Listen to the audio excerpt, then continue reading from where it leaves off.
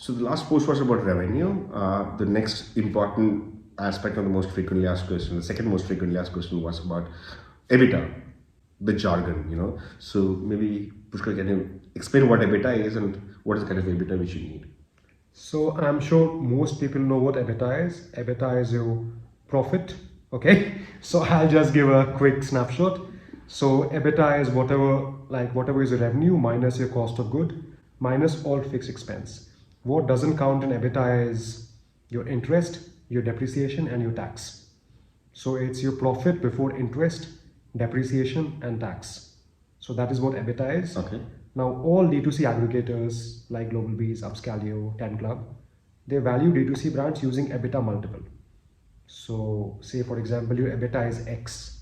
Now you can get them, they can buy your brand at 7x multiple, 8x multiple.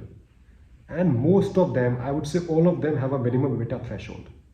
People are not really interested in brands if your EBITDA is less than 10%.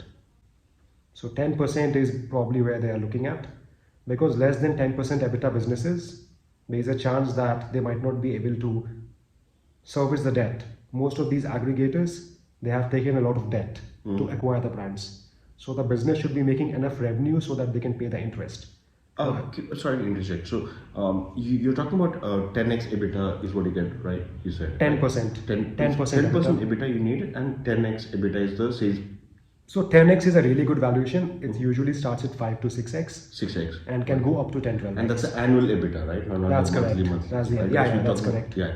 So that is if a 10 crore brand is having a 10x, 10% EBITDA, which is about 1 crore. 1 crore. So you can sell the brand for about 6 crore onwards. Yeah, to 6, 10 7, crores. 6, 7, 8 crores, depending upon how good your brand is. That's attractive. Yeah, that's a lot of if money. if you don't grow your brand over a period of time for the next 6 years, whatever revenue you're going to get in 6 years is what you're going to get in one lot. Isn't that very interesting, actually? Right. Anything else apart from the EBITDA which you should consider, or anything in the EBITDA which you should consider? So, rule number 1, EBITDA should be more than 10%. The higher your EBITDA is, the more attractive you are to the aggregator. We haven't seen many brands with more than 25% EBITDA in this country because it's difficult to create a brand, say, at 30% EBITDA. So the range most aggregators are looking at is 10 to 25%.